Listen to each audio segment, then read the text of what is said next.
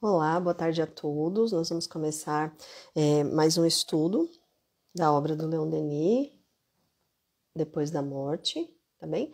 Então, antes de começar, nós vamos fechando os olhos e nós vamos conectando a espiritualidade superior, pedindo para que conosco esteja nessa tarde, nos acompanhando em mais um estudo, e assim pedimos que tenhamos conexão com as servas de Maria, com os grupos de estudo do espaço, com a espiritualidade que nos conduz.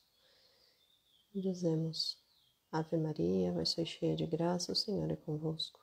Bendita sois entre as mulheres, e bendito é o fruto do vosso ventre, Jesus.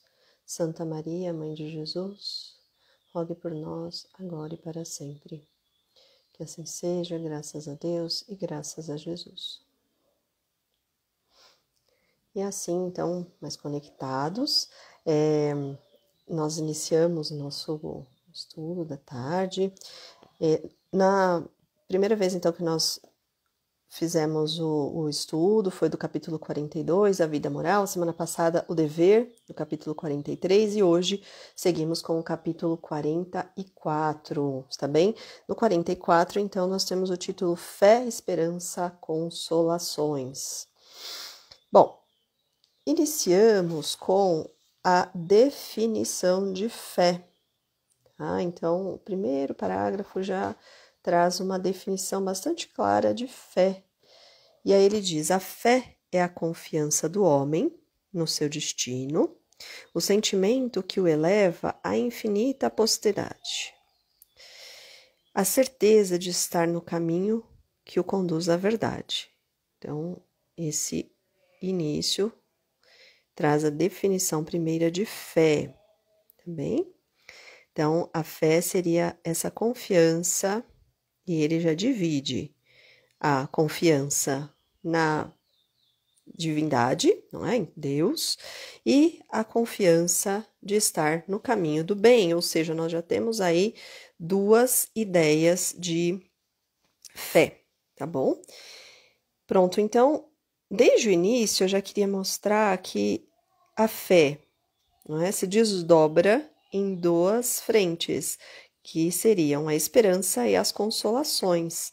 E aí nós vamos falar um pouquinho como é que elas se dividem, tá bom? Dessa forma, a fé divina, sobre a qual ele começa falando, então a conexão aí com a divindade, com Deus, e depois a confiança de estar no caminho certo, a fé humana.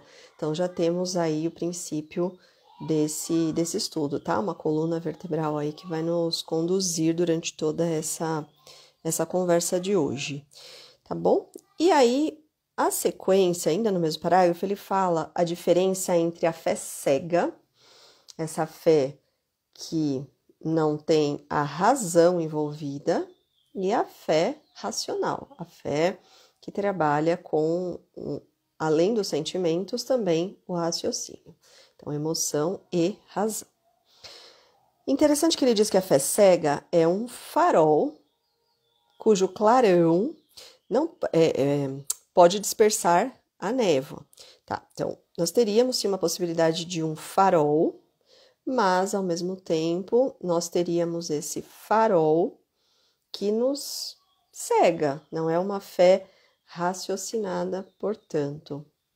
E aí, se nós pegarmos nossas religiões atuais, as religiões que estão hoje disponíveis para nós aqui na Terra, nós observamos que existem vários tipos de religião e que, em grande parte, as religiões trabalham com o princípio da adoração. Todo mundo já deve ter ouvido isso, que é agradável a Deus a adoração.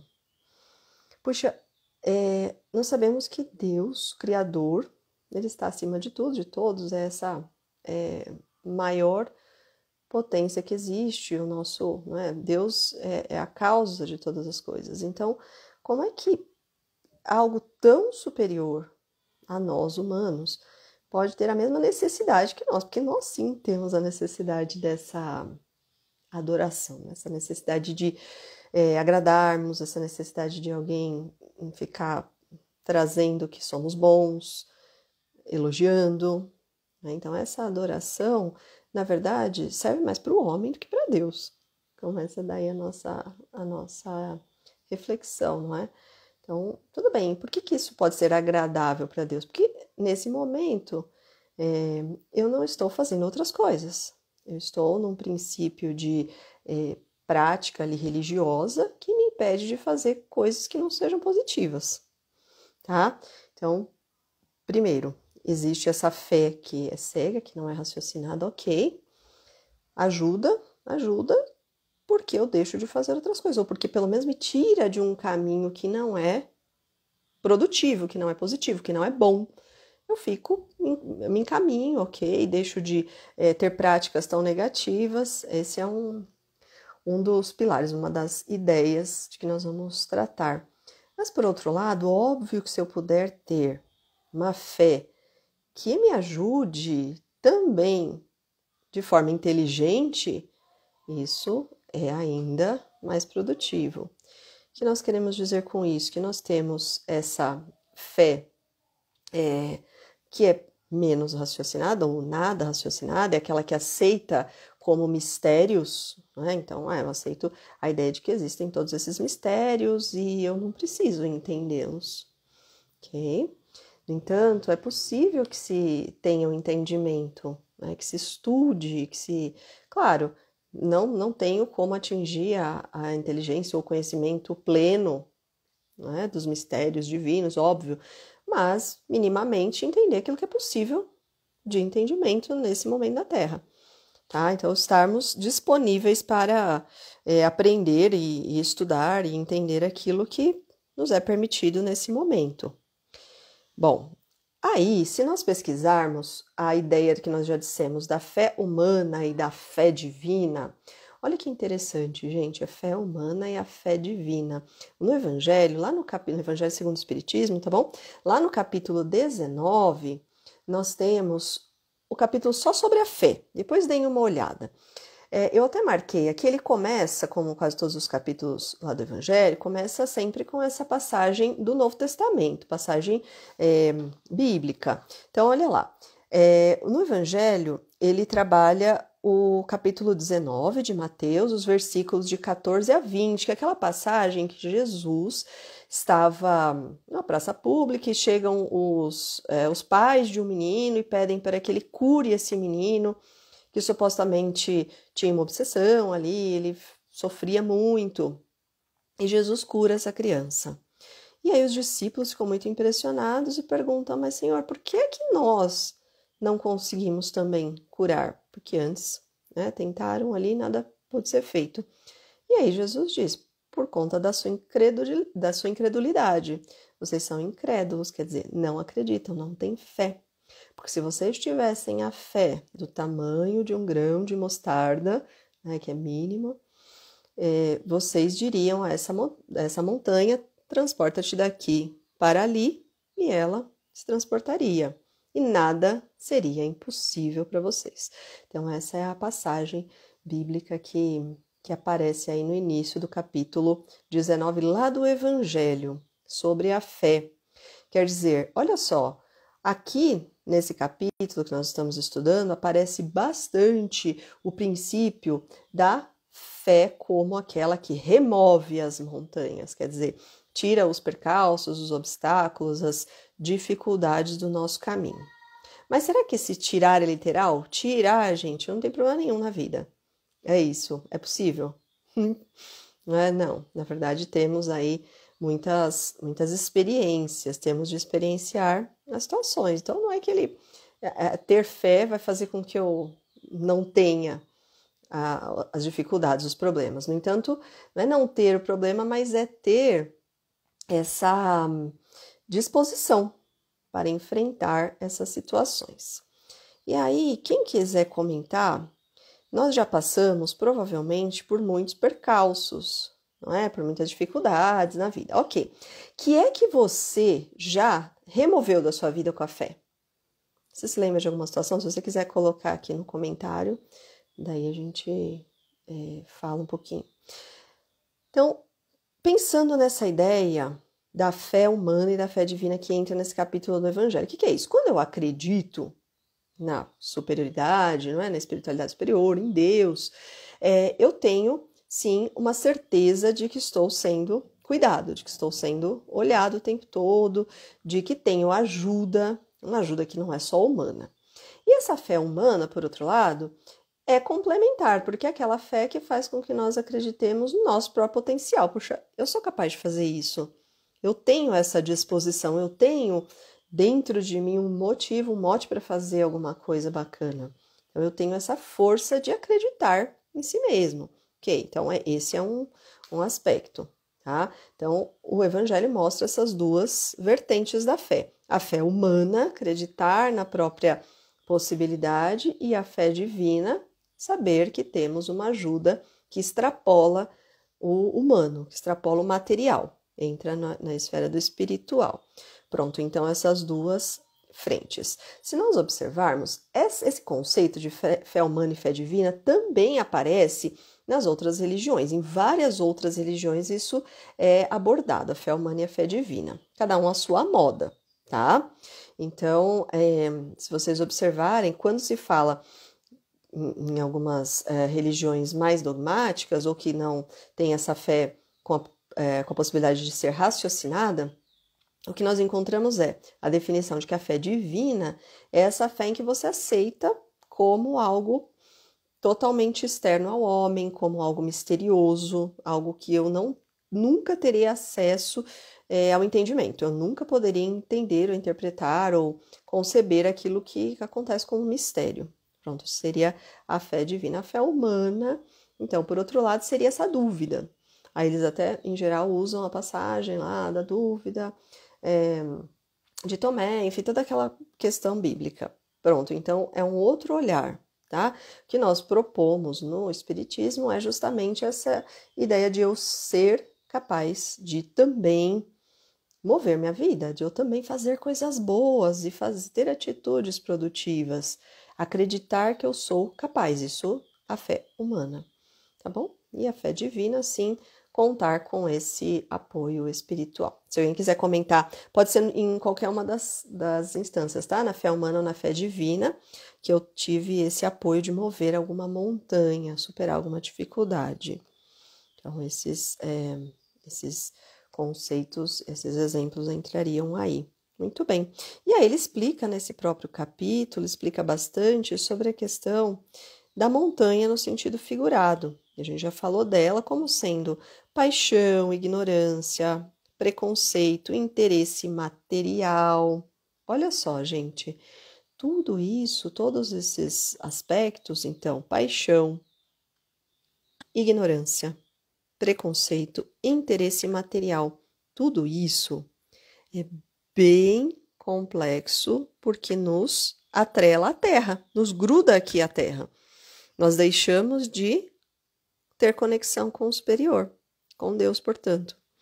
Ou seja, essa fé cega que Leon Denis cita aqui é, na realidade, aquela fé que é exterior. É uma fé exterior. Eu faço práticas, eu tenho dogmas, eu tenho ritos que supostamente me tornam uma boa religiosa. Mas isso não é aplicado no meu dia a dia. Depois que eu termino essas práticas, eu volto a ser quem eu era, às vezes até pior.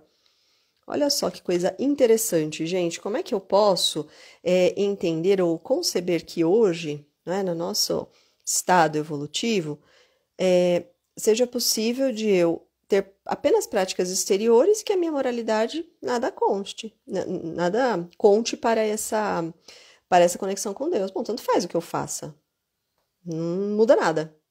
Não muda nada. Eu vou continuar sendo um bom religioso. Vou continuar frequentando lá o centro espírita, dizendo que eu tomando passe, ou dando passe, ou fazendo coisas de caridade, mas na minha prática, no meu dia a dia, minha reforma íntima é zero. Eu não tô nem aí. Eu prejudico mesmo outro se precisar, e esse tipo de situação parece que já não cabe mais, não é?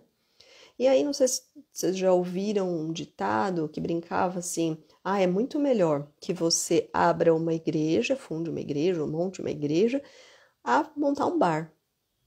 E aí, Eu lembro que a gente fazia um curso de expositores espíritas e eles diziam muito sobre essa frase, que era bem interessante, a análise diferente, não é? Quer dizer, eu vou abrir um bar, mas esse bar vai vender leite, vai ajudar a comunidade local, vai ser algo que trará um benefício para as pessoas que lá frequentarem. E a igreja vai ser uma igreja que vai fazer com que as pessoas tenham uma lavagem cerebral, façam coisas que não são produtivas para a sua evolução espiritual, vou assumir uma responsabilidade espiritual complexa, né? Porque o mal existe, mas não é? O Evangelho mesmo diz, pobre daquele que faz o mal, que pratica esse mal, pelo qual o mal se instaura na Terra.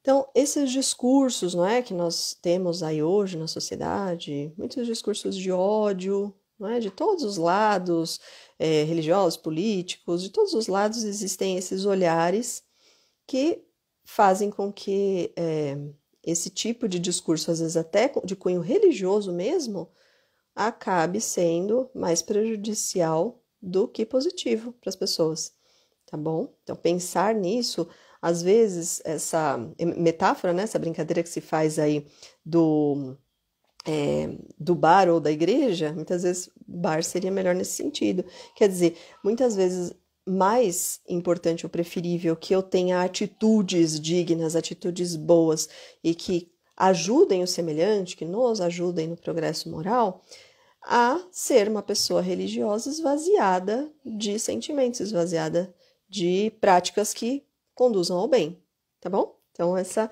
é uma visão aqui, um olhar que a gente pode tirar aqui do capítulo.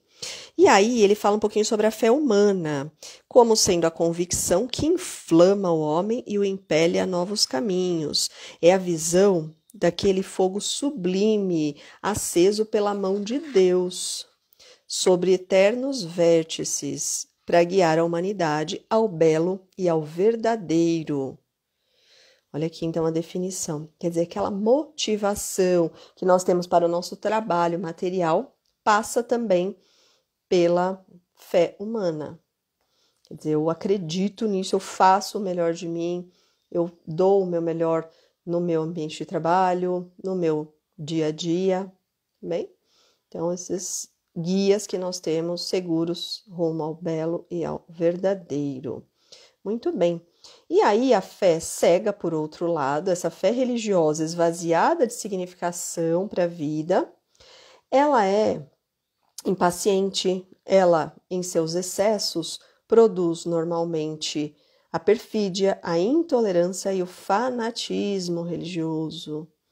Olha só, né? Vivemos tempos, infelizmente, em que ainda observamos muitas manifestações desses discursos de intolerância, dessas práticas fanáticas em todas as religiões, em todas as decisões políticas, tá? De todo, não existe aquele lado isento ou certo ou correto, mas existem versões desses lados que às vezes não são nada positivas. Tá bom? Então, a intolerância, o fanatismo, isso nunca pode ser algo favorável ao caminho do belo e do verdadeiro, como ele coloca aqui. Nunca. A razão, ele coloca, é um reflexo da razão de Deus. Quer dizer, agir racionalmente, com racionalidade, com reflexão, não proferir, então, ideias que sejam preconceituosas, que sejam contrárias ao bem e à verdade, isso é uma prática que faz parte aí dessa razão humana. Então, a razão humana seria esse reflexo da razão eterna, esse Deus em nós, que todas as religiões, todas as que buscam ligar o homem a Deus, trabalham, tá? Como disse aí São Paulo. A fé é a mãe de todo sentimento nobre, de toda ação. E aí ele diz que o homem profundamente convicto, ele se coloca acima das seduções, das lisonjas, das ameaças, do grito das paixões, tá? Porque ele simplesmente ouve a sua própria consciência. Olha que coisa bacana de se pensar aqui. quando eu ouço a minha própria consciência, é fácil ouvir a própria consciência? Não, não é, porque nós vivemos no ruído do mundo. Vivemos cercados por barulho. Que barulho é esse? Justamente essas tentativas, não é? De ficarmos na materialidade. E não é pensar apenas de uma forma binária, como normalmente nós temos. Ai, não, ou é Deus ou é o diabo. Não, não existe apenas essa dualidade, mas muitos estágios evolutivos, ok? Então, nós começamos falando que existem religiões que trazem essa fé cega e que são muito, muito frequentadas, justamente porque fazem parte de um momento em que as pessoas precisam viver, precisam experienciar. Então, pessoas, por exemplo, que saem de um vício muito complexo ou de uma situação muito negativa da vida e que começam a frequentar e trazer aqueles depoimentos. Ah, determinada religião mudou minha vida. Mas mudou a vida justamente porque a pessoa deixou um caminho que era muito ruim para um caminho que é bem mais positivo, que trabalha muito mais essa questão de se encaminhar, como nós dissemos, para o belo e para o verdadeiro da vida. Então, para Deus, portanto. E essa não é a função primeira da religião? Religar o homem a Deus? Pois é. Então, essa é a proposta e a necessidade de nós termos a fé. A fé conduz justamente para essa religação, tá bom?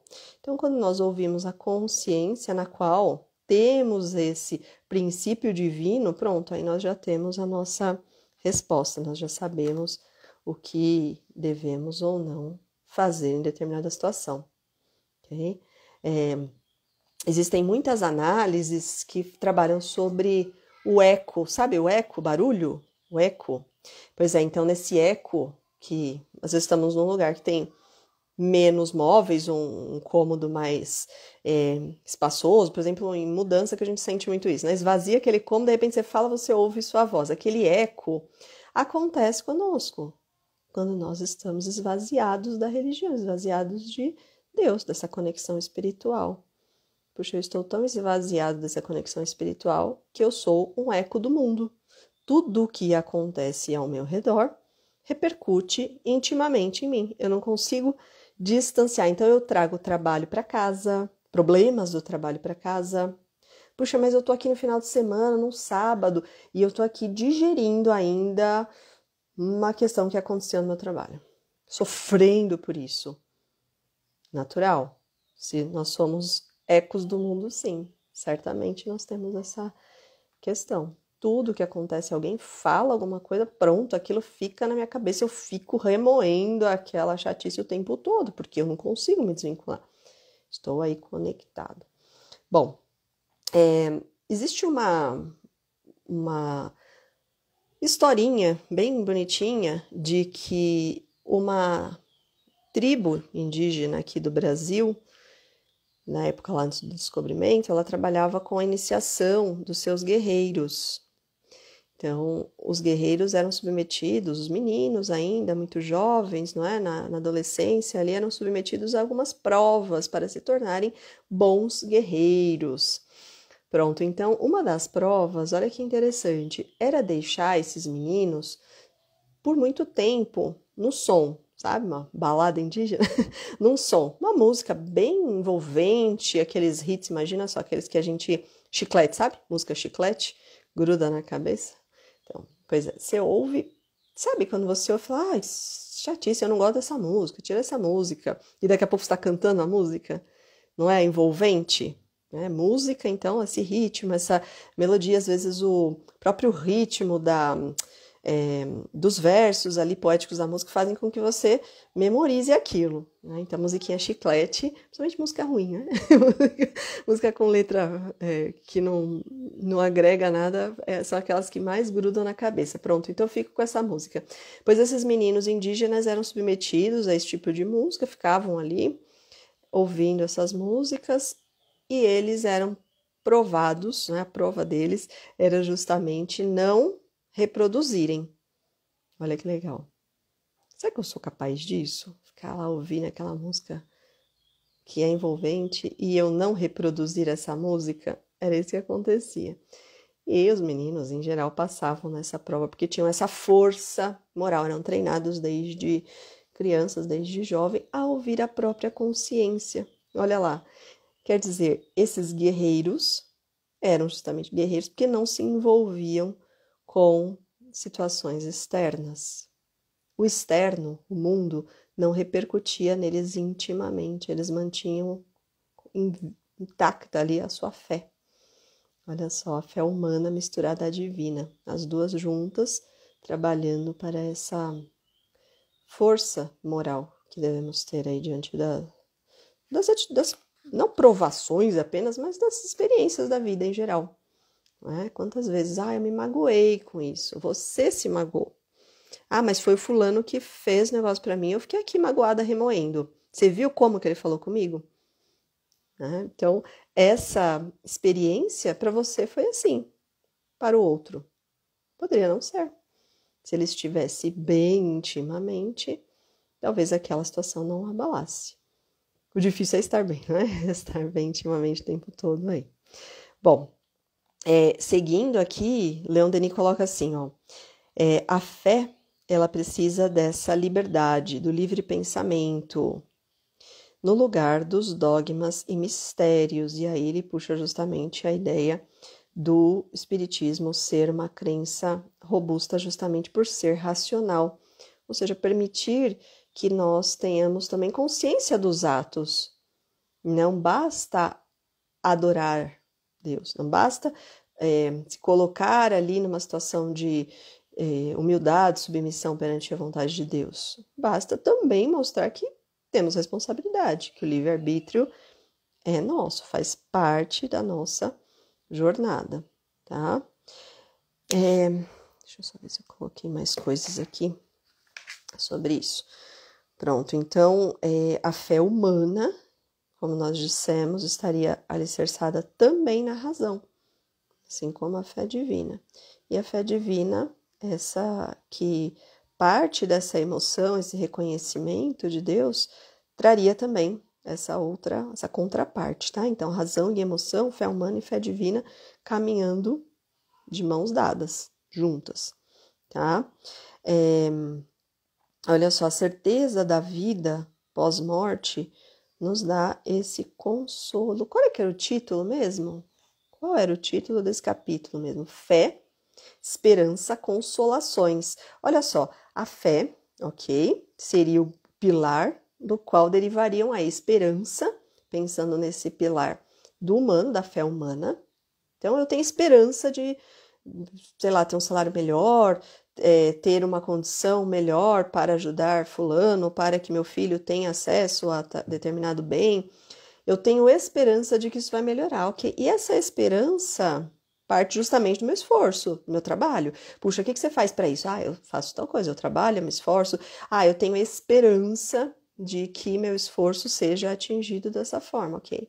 Para isso, eu tenho minhas ações. Agora, as consolações são, sobretudo, de ordem divina, sim. Não é? Então, nós recebemos essas consolações quando nós trabalhamos em prol, não é, do próximo, quando nós entendemos também, por meio dessa fé raciocinada, que os laços de afeto não se perdem com o desencarne dos nossos entes queridos, tá bom? Então, tudo isso é bem importante de nós lembrarmos, tá? E aí nós temos, por consequência, essa certeza de que não estamos desamparados, temos esse consolo constante que vem da espiritualidade superior, tá? As ligações, então, que persistem na vida são essas que partem aí do coração, que são caras para nós intimamente. Essas consolações são desconhecidas pelos céticos, que têm apenas, muitas vezes, a fé humana.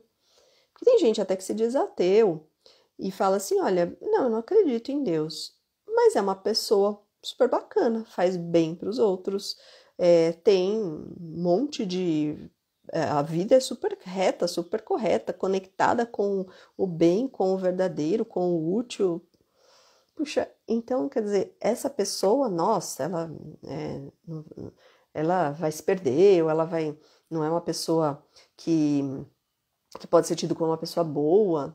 Não, então, ela tem essa fé humana muito forte, ela se encaminha, ela é uma pessoa que tem muitas vezes, moralidade, mas ela ainda não está conectada com essa fé divina, com essa religação com Deus. Faz falta, faz bastante falta, porque para ela falta de fato o que vem da consolação, que vem da certeza de que Deus é por nós. Ele está o tempo todo zelando por nós. Tá? Então, essa convicção da consolação falta quando nós não temos a fé divina, temos apenas a humana.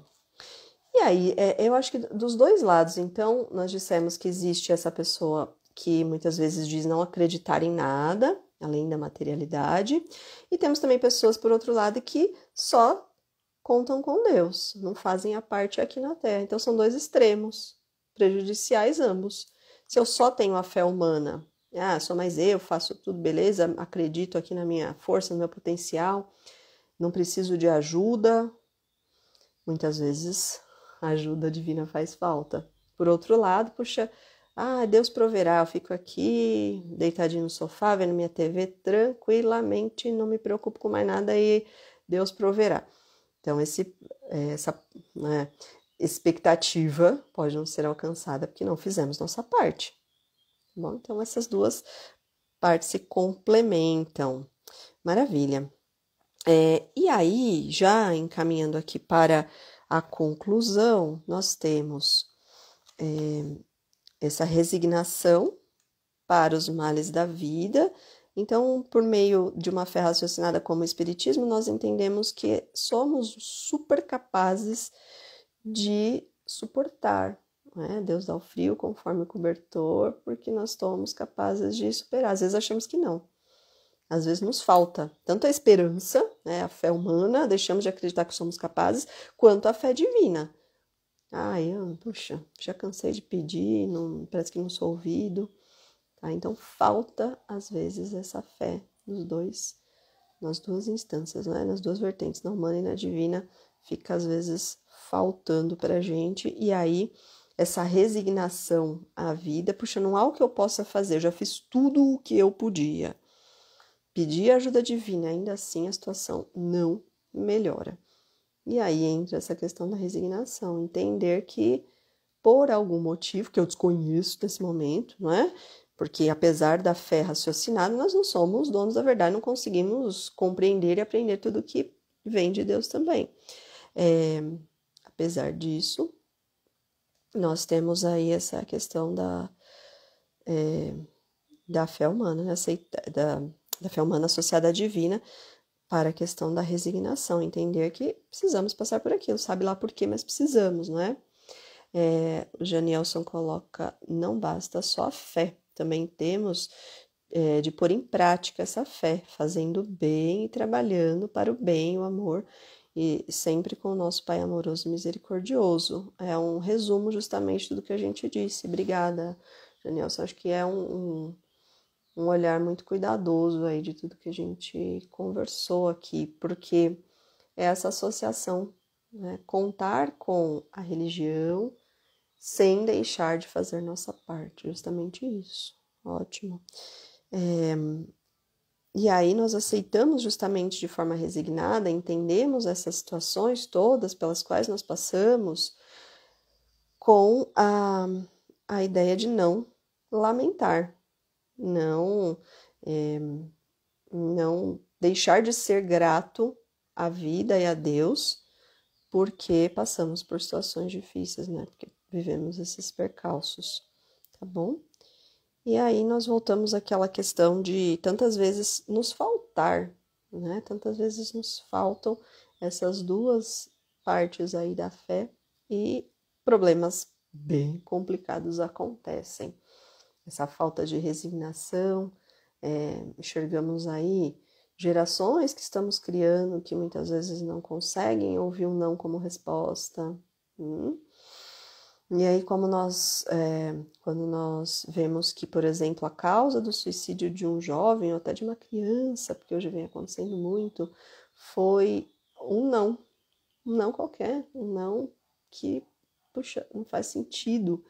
Ah, mas foi a gota d'água, porque justamente não havia esse esclarecimento todo, esse trabalho, ou aquele espírito justamente tinha essa necessidade, que não foi de alguma maneira suprida, claro. E aí associada a N outras situações que desconhecemos do íntimo daquela criatura, tá? Como tudo isso é complexo.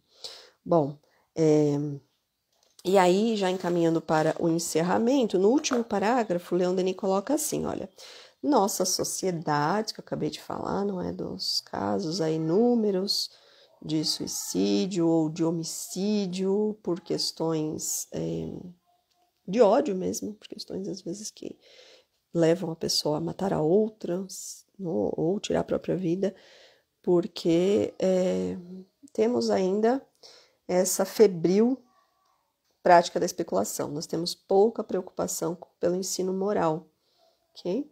Então, essa contradição. E aí vivemos nessa confusão. Esse turbilhão que guia a nossa vida material faz com que nós não tenhamos tempo para refletir.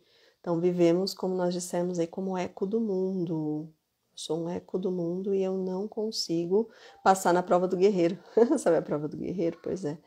Eu não consigo passar nessa prova de ouvir uma música sem reproduzir em seguida, sem fazer com que esse turbilhão externo, essa febril e envolvente, não é, onda de estresse, de necessidades materiais cada vez maiores, tudo isso faz com que eu perca meu eixo, com que eu não tenha acesso mais ao meu íntimo, à minha consciência, na qual eu tenho todas as respostas, tá bom? Então, todo espírito sincero que busca a verdade e a fé, encontrá-las-á na nova revelação. Sobre ele descerá um influxo do alto que o guiará para aquela luz nascente, a qual será um dia o farol para toda a humanidade. Então, entendemos aí que não é algo que um raio que vai cair na nossa cabeça e que vai fazer com que nós mudemos de hoje para amanhã da água para o vinho, como dizem. Nós teremos de ter, sim, essa força espiritual conectada com a luz divina, né? Conectada com a fé que nos rege, a fé divina e a fé humana, para que tenhamos sempre essa possibilidade de agirmos de maneira racional, de maneira inspirada por Deus, inspirada pela espiritualidade superior e, ao mesmo tempo, consciente da nossa força, do nosso potencial humano. Então, a fé humana e a fé divina associados aí para conseguirmos remover nossas montanhas materiais e íntimas também, nossos fantasmas e nossos medos, nossos problemas íntimos, tá bom? Então, que possamos refletir um pouquinho sobre isso. Quem quiser depois comentar, eu repito a pergunta, que é qual a montanha da sua vida que foi removida? Que montanha foi essa? Tá bom? Pela fé humana, ou pela fé divina, ou pela associação das duas, que é a fé mais completa, ok? Então, eu agradeço a presença de todos e eu peço que todos agora se conectem nesse momento de pedir para que nós tenhamos força, pedir por nós mesmos, não é? Conectando a espiritualidade superior aos mentores deste estudo, pedindo que se façam presentes no nosso dia a dia, na nossa semana, para que tenhamos uma semana muito mais focada, muito mais ligada por meio desses dois eixos da fé humana e da fé divina, estejamos de fato conectados.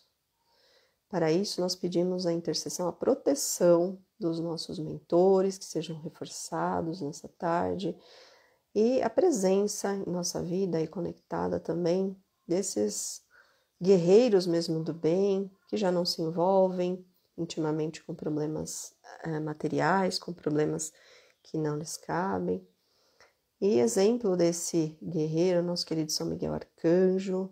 Então, essa imagem querida, esse irmão que trabalha incansavelmente com tantos auxiliares pela proteção dos espíritos de bem aqui na Terra. E para isso nós dizemos: glorioso Arcanjo Miguel, poderoso vencedor das batalhas espirituais, vinde em auxílio das nossas necessidades espirituais e temporais. Afugentai da nossa presença todo mal, todo ataque, toda cilada do inimigo. Com a tua poderosa espada de luz, derrotai todas as forças malignas, iluminai nossos caminhos com a luz da tua proteção. Arcanjo Miguel, do mal, libertai-nos, do inimigo livrai-nos, das tempestades socorrei-nos, dos perigos protegei-nos, das perseguições salvai-nos. Arcanjo Miguel, pelo poder a vós conferido, sê para nós o guerreiro valente e conduzi-nos nos caminhos da paz. E que assim seja, graças a Deus e graças a Jesus. Obrigada a todos que puderam acompanhar ou entrar um pouquinho, tá bom?